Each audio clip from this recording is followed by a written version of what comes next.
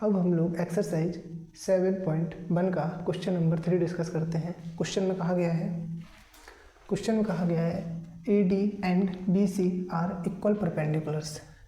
A D and B C are equal perpendiculars to a line segment A B. बोल रहा है एक line segment A B है, इस लाइन सेगमेंट पर ए डी और बी सी दो परपेंडिकुलर्स हैं। दो क्या है? परपेंडिकुलर ऐसी लाइन होती है जो किसी सामने वाली साइड पर 90 डिग्री का एंगल बनाती है।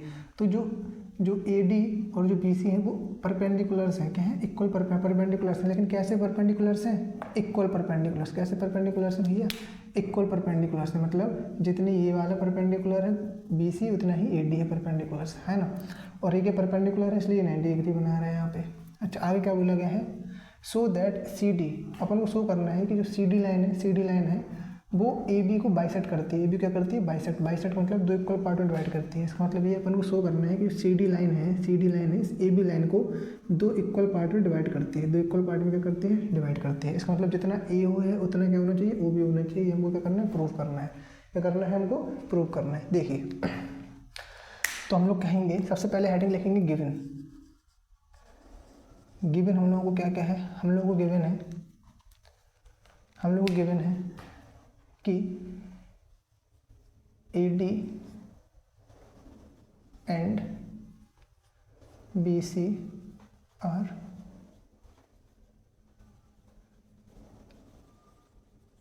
परपेंडिकुलर्स। क्या है? ये दोनों क्या है? आपस में परपेंडिकुलर्स है।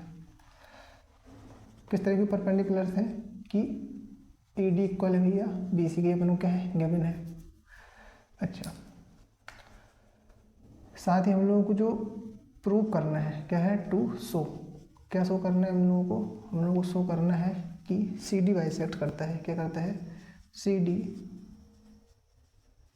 जो बाइसेक्ट करता है, सी डी बाइसेक्ट करता है किसको? ए बी को। ये हम क्या करना है? प्रूव करना है। ये हम क्या करना है? प्रूव करना है। थर्ड देखेंगे प्रूफ। जो मेन हेडिंग है हमारी क्या है? प्रूफ। अब कैसे प्रूफ करेंगे हम लोग? देखते हैं कैसे प्रूफ करेंगे। कैसे प्रूफ करेंगे। हमने देखा कि ये दो ट्राइंगल हैं, ये दोनों क्या है? ट्राइंगल है। तो हम लिखेंगे, सबसे पहले लिखेंगे in triangle B O C and triangle A O D. हमने दो ट्राइंगल का यूज़ किया। हमने ट्राइंगल बी ओ सी मतलब ये वाला ट्राइंगल और ए ओ डी मतलब ये वाला ट्राइंगल, इन दोनों ट्राइंगल की बात करते हैं। तो हम देखेंगे कि angle C B O, angle C B O का मतलब होता है सी बी ओ मतलब ये वाला एंगल इक्वल है किसके? डी ए ओ के। इक्वल है किसके? एंगल डी ए ओ के। क्यों इक्वल है? क्योंकि दोनों के दोनों क्या हैं? Both are 90 degree. दोनों के दोनों क्या है? 90 डिग्री का है। दोनों के दोनों क्या है? 90 डिग्री है।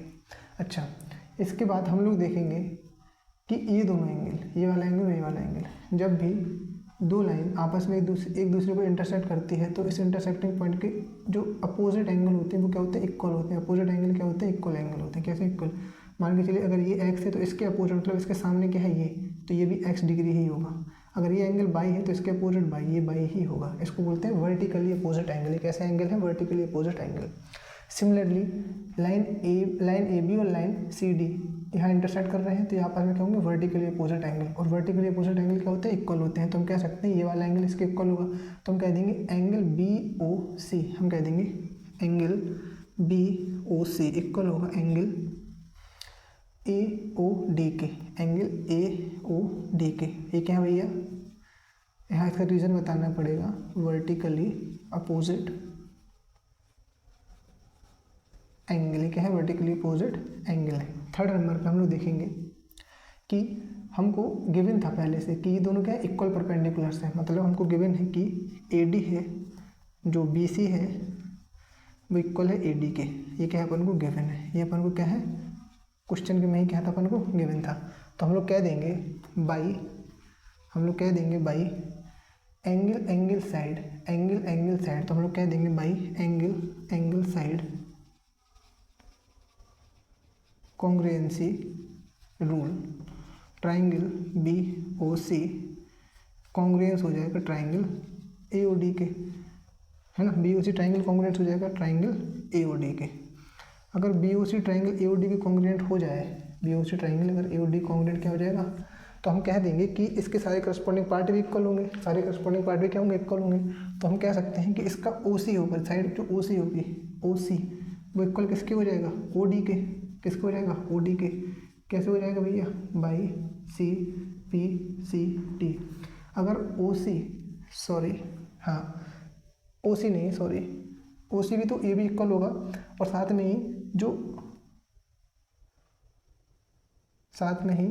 जो बी ओ है या ओ बी है, जो ओ बी है या जो ओ बी है वो इक्वल किसके हो जाएगा, ए ओ के हो जाएगा। किसके हो जाएगा, इसकी हमें ज़रूरत नहीं पड़ेगी, इस वाले की साइड की हमको ज़रूरत नहीं पड़ेगी, क्योंकि हमको क्या प्रूव करना था कि ये सी डी लाइन इस ए बी को इंटरसेक्ट करना है ना। तो ओ बी इक्वल किसके हो जाएगा, ए ओ की।